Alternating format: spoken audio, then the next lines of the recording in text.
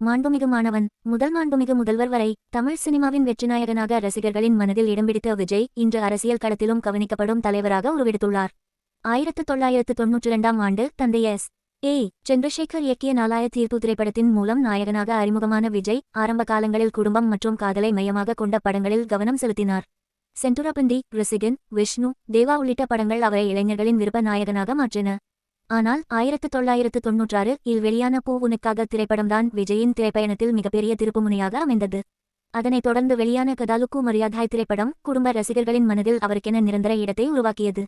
காதல் நாயகனாக இருந்து ஆக்ஷன் ஹீரோவாக மாறிய விஜய் திருமலாய், கில்லி, திருப்பாச்சி, சிவகாசி, ஒகேரி போன்ற வெற்றி படங்கள் மூலம் வசூல் சக்கரவர்த்தியாக உயர்ந்தார். திரையுலகில் மட்டுமல்லாமல் சமூக அக்கறை கொண்ட கருத்துக்களையும் தனது படங்களில் பேசத் தொடங்கினார் விஜய். தமிழன் முதல் துப்பக்கி, கத்தி, மெர்சல், பிகில், டெரி வரை சமூக பிரச்சினைகள், விவசாயிகள், பெண்கள் முன்னேற்றம், மருத்துவத்துறை சவால்கள் உள்ளிட்ட பல்வேறு கருத்துக்களை முன்வைத்தார். அரசியல் விமர்சனங்களும் அவரது படங்களில் அதிகரித்தன. குறிப்பாக தலாய்வா மற்றும் சர்க்கார் திரைப்படங்கள் அரசியல் விவாதங்களை ஏற்படுத்தின. திரைப்பட இசை வெளியீட்டு விழாக்களில் கூறிய குட்டிக்கதைகள் மற்றும் கருத்துகள் மூலம் அரசியல் களத்தில் நுழைவதற்கான சைகைகளை தொடர்ந்து வெளிப்படுத்தினார் விஜய்.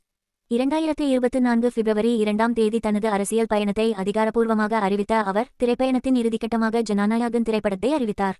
திரையில் நாளைய தீர்ப்பு, வழங்கிய நாயகன், ஜனநாயகன் வரை பல்வேறு பரிமாணங்களில் பயணித்து இன்று மக்கள் மத்தியில் சமூக மற்றும் அரசியல் குரலாக ஒலித்து வருகிறார்.